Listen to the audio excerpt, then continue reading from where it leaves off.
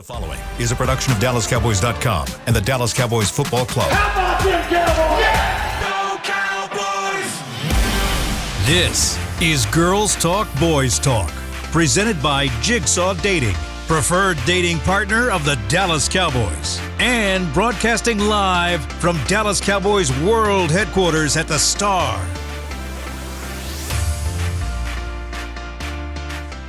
Happy Victory Monday, Cowboys Nation. Welcome back to Girls Talk, Boys Talk, presented by Jigsaw, the preferred dating partner of the Dallas Cowboys, and Dak the Halls with a win for a 40-burger. Your Dallas Cowboys coming up on top. Not that we ever doubted that they would against the Philadelphia Eagles. Feeling very good this Monday. I am Jess Navarez, joined by two incredible ladies. As always, we have Christy Scales and Aisha Morrison here. Ladies, first of all, how was your holiday weekend? Did you all get to enjoy not only that win, but some family time, some maybe recharge time? How was it for you, Christy? Let's see. We had 23 guests at our house for Christmas. 23? Family and friends. Oh, so, yeah, that's a lot. it was awesome. That's like ultimate. ultimate. Yeah. That's like ultimate. Yeah. Sorry, go ahead. Yeah, it was amazing, and with the win and just the enthusiasm, but knowing that it's a short week, and I know we'll talk about that later, but I mean, as soon as Christmas was over, and then this morning it's hitting the ground running on Monday with the quick turnaround, because we got to leave Wednesday for Nashville, so we're trying to cram everything in after enjoying the weekend. There you go. Aisha, we talked on the phone earlier, but how was your holiday weekend? It was good. I recharged, cleaned my house, did laundry, That's important. watched Christmas movies, and what y'all like? No. Okay, what's the best Christmas movie? The best one. Man, The best one. Or your favorite? this is hard. Stop it. Medea's Christmas, No. says Jazzy, our producer. Medea's Christmas. I That's don't know. Jazzy's. I don't know if it's a Christmas movie to everybody else, but Friday After Next is a Christmas movie in the Black community. And There you I- go. I Yeah, flipped absolutely. It. Well, BET got it on repeat right now, so I watched that. There you go. Elf. I watched a couple of Hallmark movies. I was trying to get Ooh, the spirit. I love a Hallmark Christmas movie. Oh my goodness, I'm a sucker for that. Yeah, but- so like I didn't really grow up celebrating Christmas, so I'm just now, and all my time with the military, I was away Yeah. for holidays. So I'm just now getting in the feel of like trying to. I was supposed to go to St. Louis, but the flights were all canceled, so I stayed home and got to recharge, and it was good for me. I'm very happy about it. which is important. You have to recharge. You have to rest. You have to listen when your body's telling you need to just take a few Sit down. and rest. It's a long rest of the season ahead, because it feels like we're just getting started. A new little wind, if you will, after that Eagles win. And so again, a final score of 40-34. The Cowboys. This is incredible, just the way things have panned out this season, because the Cowboys, believe it or not, still in the running for an NFC East title if all goes their way, if they win out the rest of the season and if Philly loses out the rest of the season. Now, keep in mind, it's going to be interesting to get there. Cowboys obviously playing the Titans this week, and then they go both away. So last home game at AT&T Stadium for now. I'm going to say for now because I'm hopeful for some playoff at-home action, selfishly. And I believe I wrote down who Philly plays this week. They've got Let's see. New Orleans. They play the There you Saints, go. yeah. New Orleans, and then the week after that, they played the Giants. So, interesting little track of events, but I will say I was just very happy that Philadelphia did not get to solidify the first place for the NFC East in the Cowboys locker room. I didn't want those ugly hats and shirts anywhere near AT&T Stadium. Get them out of here unless it's getting to the Cowboys. I don't want it. Not But ugly. if it is Philly runs the East, that's ugly to me. I'm sorry. But hey, initial reactions to this game. How are you all feeling? Christy, what was it like for you seeing this game, especially coming off of that Jags game? I know it was a bit of a low, and then to see the guys really perform like they did over the weekend. Yeah, I think that the interception return for touchdown on Dak's fourth pass or third pass. I think a lot of people thought, here we go again, but the way that they were able to answer after that, and then it's like, okay, game on. Yeah. And then it was, and after that, it was more like a tennis match with each offense going up and down, side to side, and I really thought that this would be more of a defensive struggle with two of the top defenses in the league in terms of takeaways, in terms of sacks, and good against third down and things like that. And boy, was I totally wrong on that. But the resilience that has been the theme of this year, I thought was fully on display. Yep. Our word. What about you, Aisha? What was your initial reaction to this game? I know we had talked a lot about it beforehand, but how are you feeling about what you saw just right off the bat? You saw a team that had 5 key starters out, and like it felt like they really understood the moment. Like there's so many plays you can take from this game that you say, dang, the game could have went different if this didn't happen. If he didn't get this turnover, if he didn't get this fumble, if they don't convert here. And it really felt like the offense and the defense understood the moment in a lot of key spots and were able to take advantage of the turnovers, were able to take advantage of the opportunities they got, because there weren't a whole bunch. I mean, there were, like you just talked about, I personally felt like the Cowboys defense might have struggled in spots, was going to struggle in spots. But the Eagles defense, the way the Cowboys offense was able to move the ball, and this Eagles defense is something to be talked about, because even though they lost Maddox in that game, who's a key starter, and I believe Davis got banged up in that game as well, Jordan Davis, they were completely healthy on that side of the ball. Yeah. And they are what? And they stopped the run. Absolutely. I mean, they sold out to stop the run, Absolutely. and they did a good job. They stopped the run, but I don't know, I felt like the Cowboys understood the moment and they seized it in key spots. Yeah, but what do you say about with the takeaways and stuff? And it was the style of those. It was the physical part of it. With J-Ron Curse literally over the receiver, Quez Watkins, stealing the ball away from him just as Deron Bland did. And so the physical nature, I come back to that because maybe about 10 minutes before kickoff, I do my final thing as part of Cowboys radio, and it's like final keys to the game. And I have all my notes set up, just kind of like here today, but all set up on the trainer's table behind the Cowboys bench, and it's behind where the defensive linemen sit. And so Coach Dirty, Adam Dirty, the defensive line coach, always plops down right there. So I'm like, okay, getting ready for my final shot. What's your key? He's like, this is going to be the most physical game of the year. Oh, and it was. And not just because division rival, but it's like, and then the way that it played out, and as I go back to even just the style of the takeaways, and Coach was right. Yeah, and for me, what's impressive, too, is the amount of points that this team continues to put on the board. I mean, a 40 burger against Philadelphia Eagles just tastes so much better. But I was just going back, and so since Dak returned post-injury, these are the amount of points that have been put on the board.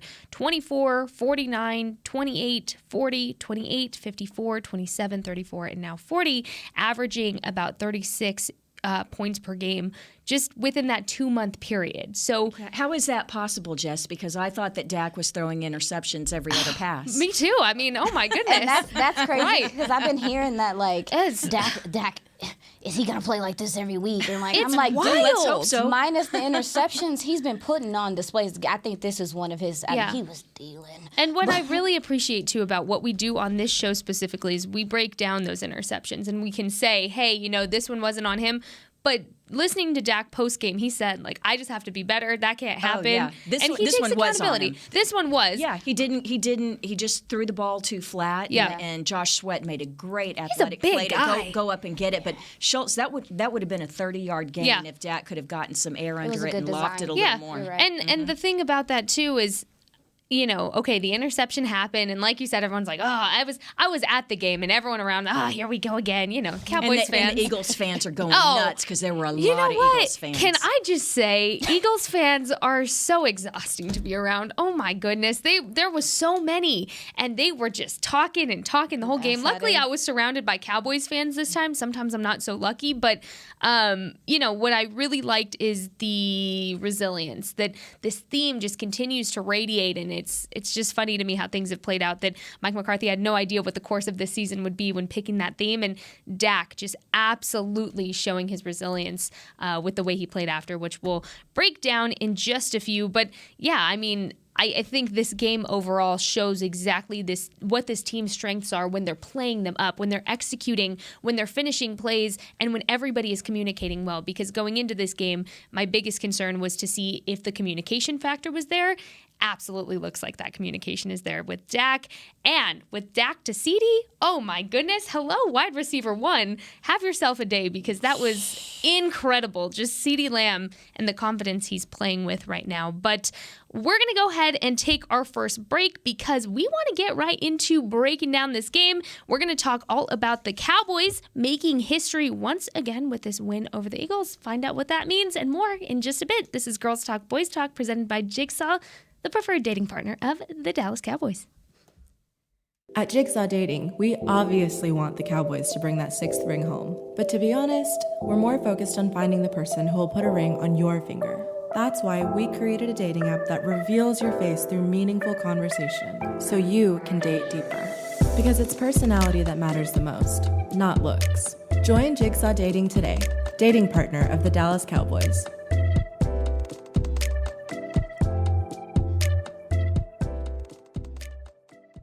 All right, Pepsi-loving football fans, it's time we had a lesson in trash talk. And I'm not talking about that stuff that happens on the field.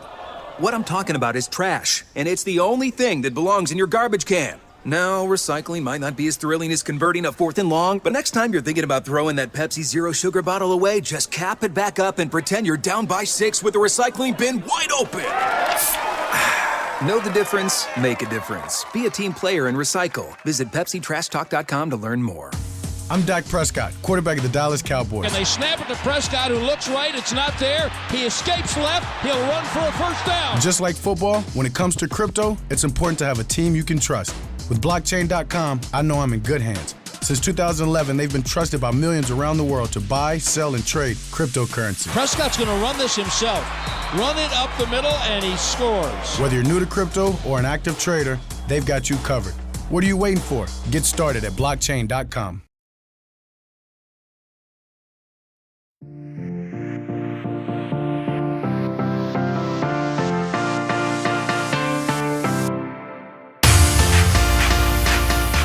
Back to Girls Talk, Boys Talk, presented by Jigsaw, the preferred dating partner of the Dallas Cowboys.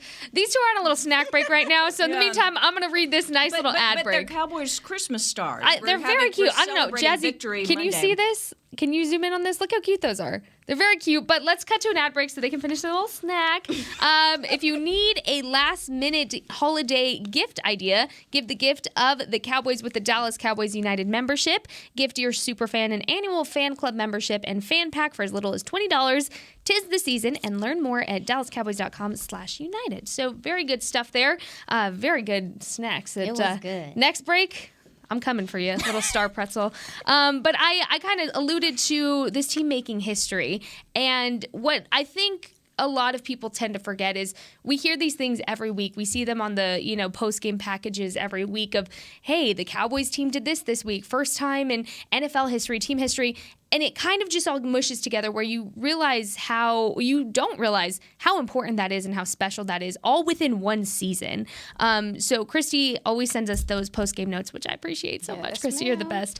But I thought I'd read this one to kick off this segment. So after scoring 40 points on Saturday, which we were just talking about, the Cowboys have scored 25-plus points in 8 consecutive games, the most consecutive games with 25 or more points in team history. That, of course, according to Cowboys PR.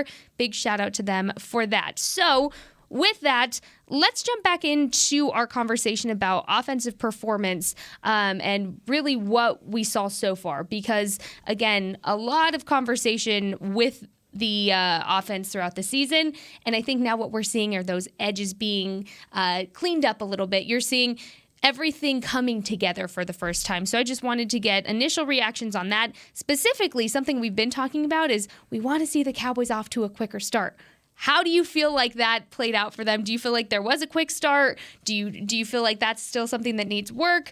Christy, how are you feeling about that? And then we'll jump to Aisha. Well, it started the first possession ends with the interception returned for a touchdown, but the way that they responded is what was so important, and the fact that the Cowboys only punted one time in the game, scored on 8 different possessions. The only time they didn't score was the one punt. They had the turnover and then kneel downs at the end of the first and second half. So, what I was impressed about was the way that it was so tough to run the ball, such a physical game, not a lot of yards after contact. That very first play from scrimmage for the Cowboys where Zeke might have even lost a yard, but the safety is coming up on a run blitz, and it's like, oh, man, I'm thinking this is going to be one of these games.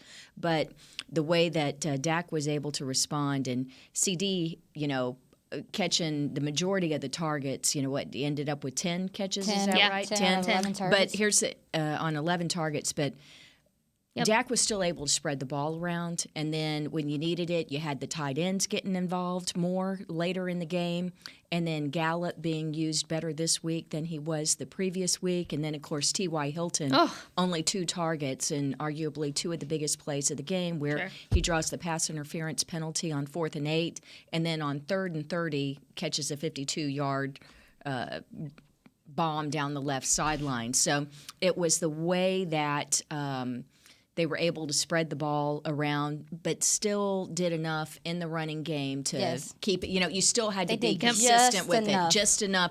And the other thing was something that we weren't seeing middle of the season after Dak came back.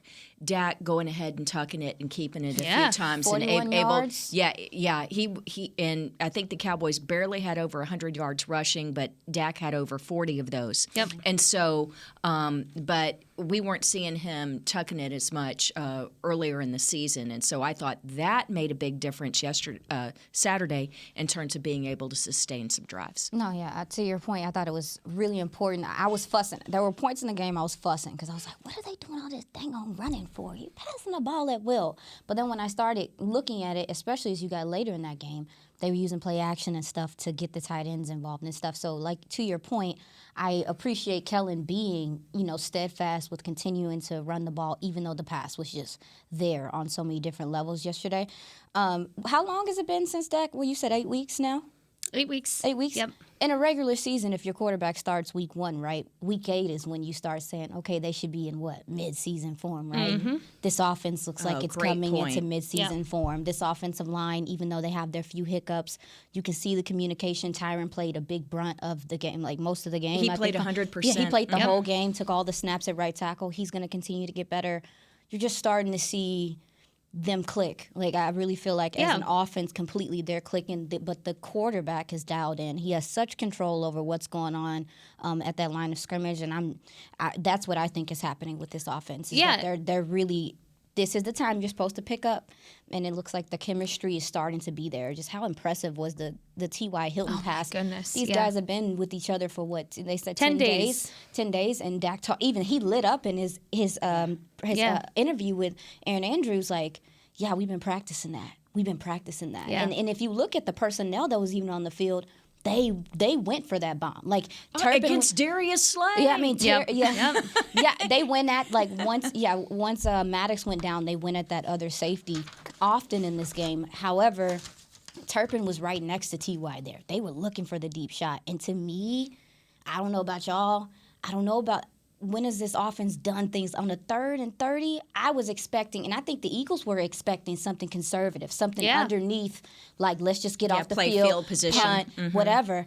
And they said, no, we're going to go for it right here. And what I appreciated, too, was Mike McCarthy was asked about this in his press conference, and he said, it was a situational call, and I just said, get a runner, take a shot. Well, there's your runner, and your shot was worth shooting at that point. It's a 9 route. It's just a go. And honestly, it's so funny because I'm talking with our producer up in the booth, and he's like, oh, my God, 3rd and 30. I'm like, chunk it deep to T.Y. and get a pass interference penalty. You got nothing to lose. I mean, and he was. And I mean, I never thought that it would be completed or that Slay would get caught looking in the backfield. I mean, this is a Pro Bowl guy. And McCarthy was saying last week that, was one of the best cornerbacks of his generation, but anyway, it was a great play and such a just see the response from the crowd. I thought that was did you feel that, Jess? Was that the most exciting moment of the whole game? I think so. There was a few ups and downs through the course of it, but I think at one point, because it happened right in front of us, really, where the section was that we were sitting in, it happened so fast. I don't think we realized that he actually caught it until he stood up. We saw everybody else's reaction. So there was like a quick moment of silence of, did he catch that? And then once you realize, I mean, everybody erupted. It was so like you could hear it on the broadcast. I heard it on the broadcast, but he was so confident all week. He had been confident. He knew. I was like, y'all, like this man's about to take the roof off for real. And I was just surprised for me as someone who's been watching the Cowboys all this time. I think that was Dak's biggest throw, his deepest throw. I think he had 62 air yards on that. I have not, like, Next Gen Stats says that he had, 62? I wouldn't say. It says 62.1 yards it traveled. Yeah. He put everything he could into that throw, and I think he seems excited to have a deep threat. I'm serious. Yeah. Like, he hasn't had a lot of, I think they've had success throwing the ball deep with Michael Gallup and stuff like that, sometimes CD in spots, but to have a guy that can just go do that, it could really open up this offense. It's important for them to put that on tape so these DBs can take a step back. I also think, too, when it comes to Dak, and we're going back to the resilience that he showed after that interception, that's a perfect example of him being aggressive, and it works. And so, I wanted to mention that after that interception, Dak did not throw another incomplete pass until less than 2 minutes into the second quarter when it was an incomplete pass to Michael Gallup in the end zone, to which everybody noticed the sun was in his eyes from the windows at AT&T Stadium. I am now officially calling that Sungate 2022. Christy, what could you see from that? Was there a Nothing, viewpoint because from you're it? looking into the sun. Oh, there you go. No, here's the thing, and it comes up every year. Yeah. And why didn't Jerry put a curtain up there? Yes, curtains exist. They do use them for concerts and things like that. But and I know that some people get tired of hearing about it or think it's belly aching or that the reporters are exaggerating the effects. I'm telling you, it is blinding. Yeah. It is so much worse than what you imagine it would be. And it's the one place that you did not want to throw the ball in that situation was that particular corner, left corner of the end zone on a fade route or a corner route. Do not throw a fade right there. And even though it was just that 1 or 2 minutes where it was in that exact spot, just as a play caller, and I'm sure that Kellen Moore, the coordinators did not have a press conference today, Monday afternoon, as they normally would, because it's a short work week. But I'm sure that Kellen would be asked about it, and he would probably say, "Oh, I wish I had that one over." Do not throw it to that exact spot because you could see that Gallup, he kind of moving his hands to try to he lost it, and so. That was very unfortunate because just about any other route on any other spot of the field would have been okay. And that's a catch he would usually make. Absolutely. And you could see when went back to rewatch the game on TV, you can see just the disorientation from not being able to see. So Sungate 2022, everybody. There you have it. Something else that was a point of conversation last week was the offensive line rotation. Really not just last week, the last couple of weeks. This O-line is so sturdy. Oh my goodness. What I like too is listening on the broadcast. I think it was Greg Olson that said he calls it the Hall of Fame. The gold jacket. The gold jacket O-line. You saw it on display with that Zeke. I was going to say, you see it on full display when they know they need it done. It's incredibly amazing to see how easy it looks for them, knowing it's a hard job, but how easy they make it look in person. That was the one and only play that Jason Peters came in on. Tyron Smith played 100% of snaps at right tackle, but Jason Peters reported in on that goal line situation and was an extra blocker on the left side. And as you noted, they ran behind him. And Tyler Smith, really good block from Sean McCune as an extra tight end on that. And easy, as Brad Sham and Cowboys Radio would say, walk the dog. That was an easy walk the dog touchdown. But yes, to have their 3 gold jackets on the line on that particular play, Zach Martin's a future Hall of Famer, Jason Peters certainly, and of course we all think Tyron Smith will be in too. But I'm going to be really interested to see if Tyron – how much the Cowboys, are they going to go ahead and on this short week and having the short turnaround playing Thursday night in Tennessee, are they going to give him 100% of snaps? Are they going to go back to a rotation? Sure. And we can talk later about what we think Tennessee's going to do since the game Thursday night doesn't impact them as much. They're having to play the Jaguars in week 18, final game of the season, and that's going to determine everything. So there may be parts of this game that could look like a preseason game on Thursday night in the second half. We'll have to wait and see about that. But I wonder if you would, Coach McCarthy said last week, because I asked him about Tyron Smith. Are you going to rotate for him and stuff? And he says, we're playing to win this game, meaning he ain't coming out unless there's an injury. And so I just wonder what the approach will be this Thursday. Yeah. Well, I wanted to comment on the offensive line. Is that cool? Yeah. Let's get into I want to hear it. I'm pulling up some stats right now. So I didn't want to interfere with you do your thing. We love it. Okay, no. You are the flow. Please. You mentioned Tyler Smith, and felt like he had a pretty good game, man. He was dominant in spots in the run game, and dealing with Josh Sweat is no joke. He gave up the sack. He had one pressure. For the majority of the game, I felt like he was very stout this game. Connor McGovern had some trouble with Hargrave and those guys, Tyler Biotish. That Eagles interiors is rough. And so the Cowboys, they held up good enough there. And Tyron, and you mentioned him, I am curious also how they're going to handle him because he is kind of relearning the position, and he may need the snaps. They may, and then how much are they going to practice this week?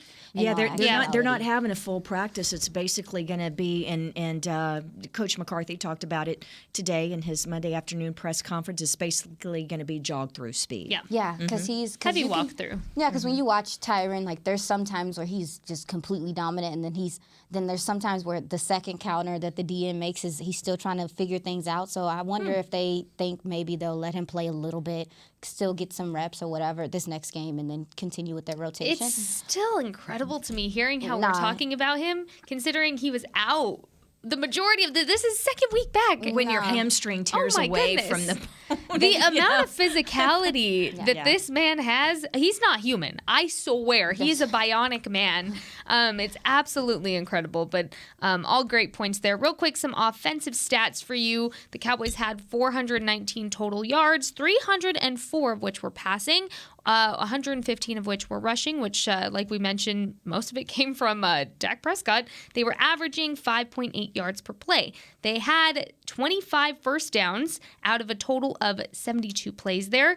Now, something that I really emphasized today when I went in to go talk to Mike McCarthy in the press conference was the third down efficiency, because they were 8 of 15. Keep in mind, this is a team we were talking about weeks ago that were bottom of the totem pole when it came to third down conversions. It was a problem when they were behind the sticks. They couldn't seem to keep up with themselves. And the way this team is really hunkered down to ensure that those third down conversions are being taken care of is incredible to me. I mean, absolute turnaround. So love that.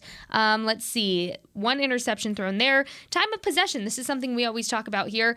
32 minutes and 18 seconds for the Cowboys and 27 minutes and 42 seconds for the Eagles. And so, again, not that always matters, but I think in the importance of this game, it was very relevant that they took control at that time of possession. Yeah, they had to go score. Yeah, I want to just in terms of talking to Coach McCarthy about that with the third down, I thought that his answer, he threw in a little nugget in there as an ancillary part of the answering your question that I found really interesting, and that is we know that the different the assistant coaches focus on different parts of the game plan. So whether it's passing game coordinator, run game coordinator, but even more minutia than that, Robert Prince, the wide receivers coach, Coach McCarthy was talking today about him focusing on the third down plays. And this is Prince's first year with the Cowboys. Now, he has a ton of experience in the league. He was with Detroit for years, so Megatron and all those guys, Galladay when he was good, so he's got a lot of experience. But the fact that McCarthy was saying, yes, players like Tyler Smith, as they get more experience, you would think that third down conversions would improve throughout the season. But also, basically, Robert Prince, new to the staff and new to the players and kind of feeling his way. And so I thought I enjoyed your question today, Jess, because it was fun to mine that little nugget out of Coach McCarthy's answer. Yeah, and I really like, too, how he mentioned that they're playing with confidence and their game plan is finally coming together. And I think this is something that you're seeing. This is why you're seeing everything just kind of tightening up. And I mean, you're putting 40 points in a game. How is that not a game plan coming together? Well, they're also better on third down because your quarterback's good. Mm-hmm. Yeah. Because let's keep it a buck. Like they have gotten into unfavorable second and 15, second and third. How are you in 3rd and 30? I mean, so a lot of this third down, I totally agree. Like he definitely is getting on the same page with the receivers. You can tell. But your quarterback just knows how to extend plays and makes things happen on those third down plays when there's nothing there too. So staying ahead of the chains is going to continue to help them to convert these third downs and maybe not put so much pressure on the quarterback to convert these third and longs and stuff. But you're also better on third down because your number 4 is good at what he does. I also think we saw a little bit more of Kellen Moore's toolbox during this game. You saw a little flea flicker from Cavante to Dak, and although it didn't work, look, I'm all for getting Cavante a little bit more in the mix as far as offensive plays go, but I was like, Kellen, put that back in the toolbox. I don't want to see that again. Don't get cute. And it was right after a takeaway, right? It's like, oh, man, you had the momentum, and then that was like, oh. It would have worked. It would have worked. It would have worked in the situation, but I don't know if I would have just did it. Well, here's what happened afterwards, though. They get that was the 4th and 8. Thanks to that play, they fall way behind the chains. Yeah. 4th and 8, just on the other side of midfield, and they decide to go for it. T.Y. Hilton gets the pass interference penalty, and then ultimately that's the one where Dak hits CD on the 36-yard touchdown. So, and I'm glad you brought that up because that was going to be the next point of just our last little note about offense was going back to T.Y. Hilton and the veteran experience he brings. He knew how to get that flag drawn. Well, yeah, he knew what he was doing with that. When you run a precise route. And the DB knows it. That's a thing. You affect that play, and you can cause a lot of mistakes by the defenders by doing things exactly the right way. And that's one thing that they talk about T.Y. Hilton when he was coming in, and all those years with the Colts, what a good route runner he was. His savvy is important, but I also too listening to his post-game interview. And him talking about his conversation with CD prior to CD catching that corner post route, TD, is that he went over to him and told him, like, hey, man, like, angle yourself here differently. Like, don't be so flat here. And we have been talking about that and just how important that is for a young receiver to have a guy that's able to come to him and be like, hey, come more flat here. Because your quarterback can do it for you. Yeah. But when it's a receiver that has had the accolades of T.Y. Hilton, CD's going to trust that. And just to have that, I feel like is important moving forward. And if T.Y. is going to continue to put that type of tape on film, it's going to help you out offensively. It's going to help out C.D. Lamb. It's going to help out Michael Gallup, Schultz, all that stuff. There you go. Well, there you have it. Welcome to the Dallas Cowboys, T.Y. Hilton. We're going to take our next break, but coming up, we're talking all about a Cowboys player who had a very public promise last week. Did he talk the talk and walk the walk? We'll find out. This is Girls Talk, Boys Talk, presented by Jigsaw, the preferred dating partner of the Dallas Cowboys. We'll be right back. At Jigsaw Dating, we obviously want the Cowboys to bring that 6th ring home. But to be honest, we're more focused on finding the person who will put a ring on your finger. That's why we created a dating app that reveals your face through meaningful conversation, so you can date deeper. Because it's personality that matters the most, not looks. Join Jigsaw Dating today, dating partner of the Dallas Cowboys.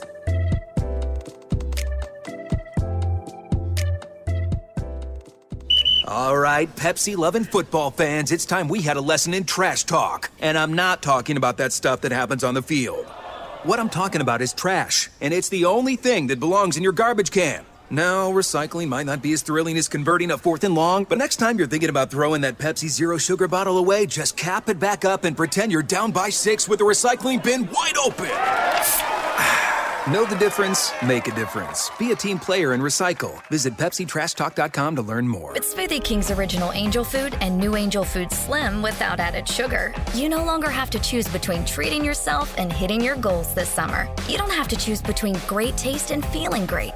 Because at Smoothie King, every blend is made with whole fruits and no syrups, so you can satisfy your cravings without compromise. The only choice you will need to make is which one is best for you. Try our classic Angel Food or the new Angel Food Slim, blended without added sugar. Smoothie King, rule the day.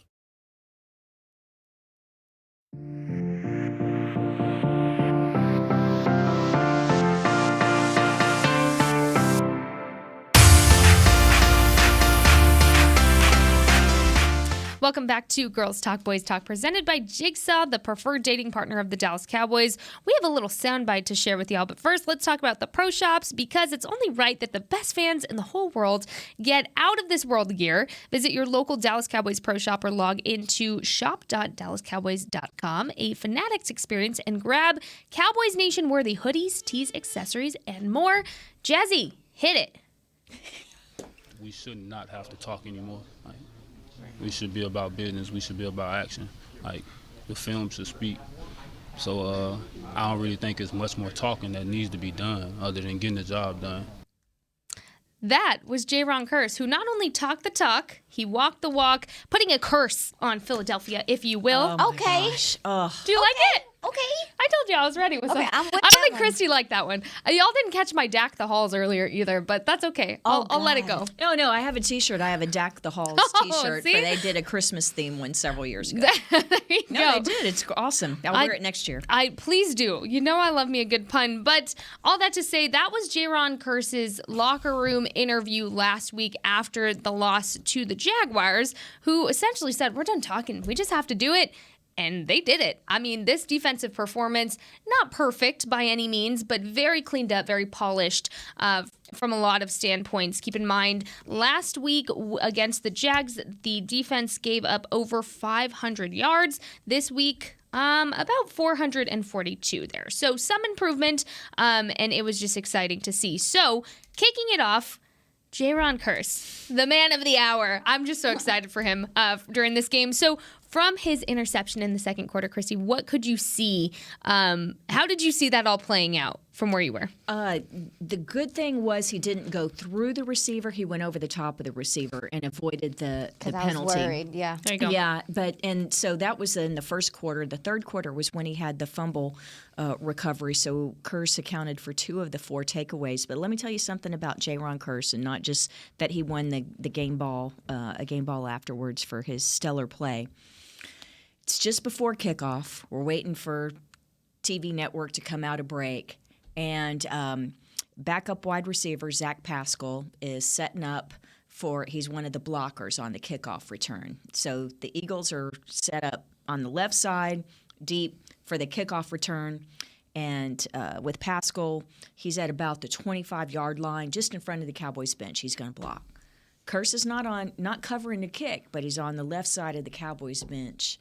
And he is chirping. It's already started. Game hadn't even kicked off yet, and Curse is talking with Pascal, and I'm like, oh my gosh, here we go. This was one of the chippiest games that we've had all year.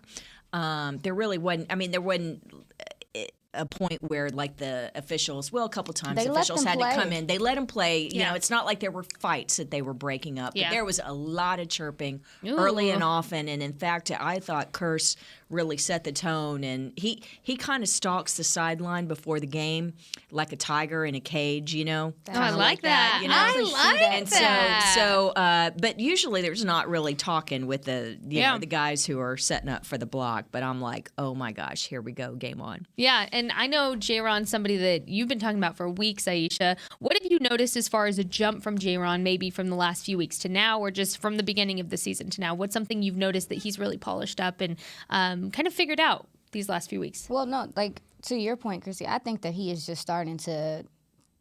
I think coming back from that injury, he still had to get time to get in the feel of the game. This guy plays a lot of different spots. He does a lot for you defensively, especially at the line of scrimmage.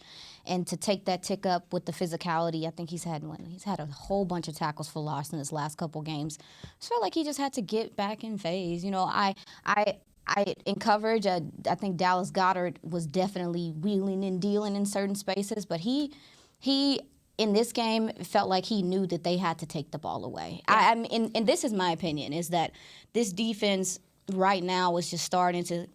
They see where they're at. Leighton Vander Esch is at. You got starters out. You got things you're trying to figure out.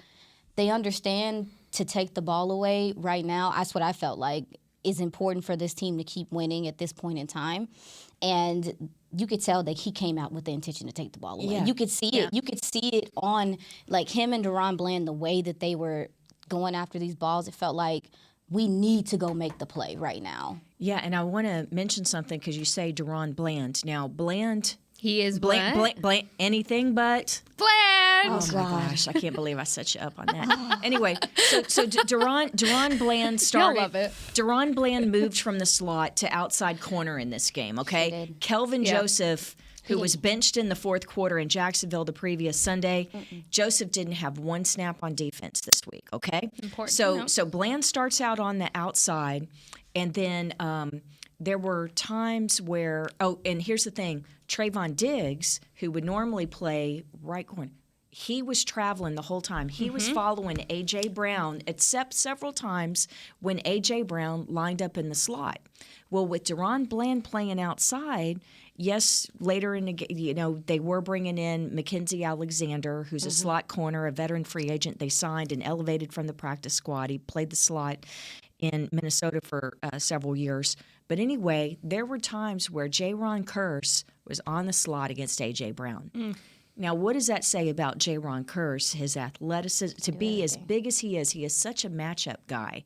Normally, with that kind of size, it'd be great to match him up against the Goddards of the world. It's great against matching up with tight ends, but to be able to trust him to do A.J. Brown? Yeah. Wow. I think that says so much about what Dan Quinn and Al Harris, the defensive backs coach, think about Jaron Kearse. And Jaron, when I talked to him in the locker room last week, I was just asking, your matchup with Dallas Goedert, him returning, and he said, "Oh, that's my guy. I'm going to be on him." And so something that he mentioned a goal was to keep an eye on was the leaky yardage and the yards after contact. I think they did an incredible job in this game, really concealing that, especially for a big guy like Dallas Goedert. Oh my goodness, I didn't realize how big he was until I saw him playing there. But I'm so glad you set me up for this whole Deron Bland thing. Incredible, because another Deron Bland interception. He is the first Cowboys rookie with an interception in back-to-back games since Leighton Vander Esch in 2018 at Philadelphia, at Atlanta. Those were his back-to-back games, again, back in 2018. So very exciting to see Deron Bland getting the attention there. And it's so hard for me to remember he's a rookie sometimes with how he's playing, the confidence, the level. I forget he's a rookie, but absolutely incredible stuff there, too. Another name I wanted to make sure we mentioned, too, was Anthony Barr. Anthony Barr really had himself a good game. What did y'all notice from Anthony Barr? He's just good. He's really good in those short yardage situations. He reads well. When he's playing forward, he was able to show off, just some of his smartness, I guess you want to say, as a linebacker. And he was physical. He's real physical, like to your point, Christy, about just how physical this game was. He was real physical in this game. Felt like he helped you in some key spots during this game. Yeah, you had the forced fumble by Carlos Watkins, recovered by Anthony Barr, to which my mom, she's just getting in on this whole pun thing too. She told me no holds bar when that happened, and I said, "Man, well, now we know where Jess gets out." No, actually, that was it's good.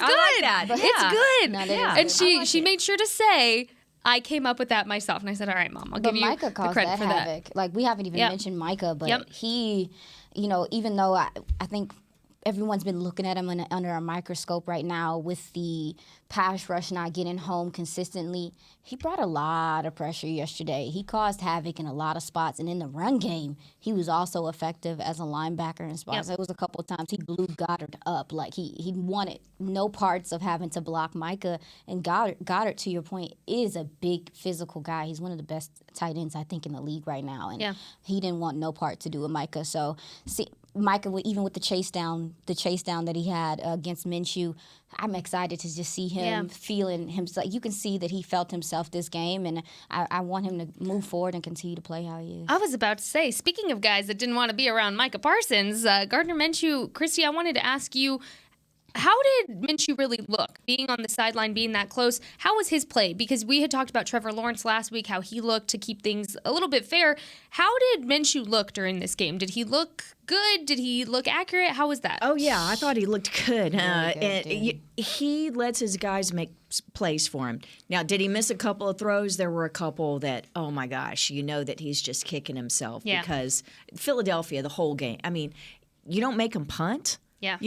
I know that Philadelphia, they're all like, it's the same thing that we talk about after the Cowboys losses. If you don't shoot yourself in the foot and with the giveaways and penalties and mistakes, you win the game. So I know they're kicking themselves. And in Minshew, there were a few that he would like to have back. But I talked to one of the people in Cowboy scouting before the game, and I was like, "What did you have on Minshew before he, came out?" And he says, "He's just the dude." You know, he just, He's a gamer. whether it's swagger, and this is before the whole stash thing in Jacksonville, and just kind of the urban legend that he's created for himself, but just a dude.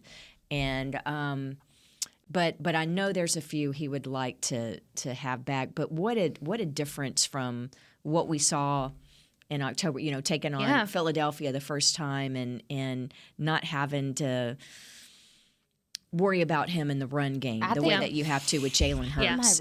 But still, what Devontae and AJ both topping 100 receiving yards. I might rather deal with me personally. Really? I felt like Minshew threw the ball like on a super high level. There were some, he did. He's good. He is the dude. I mean, and he's not, even though he's a backup. This is an NFL level quarterback. Like, I understand he's a backup. He chose to go to Philly from what we were told. Yeah. Because he felt like that was the ideal situation for him. You could see in my opinion, his experience just on full display. He was not rattled by pressure as bad. Like, he had his few moments where he had to get out the pocket, but he stood in there.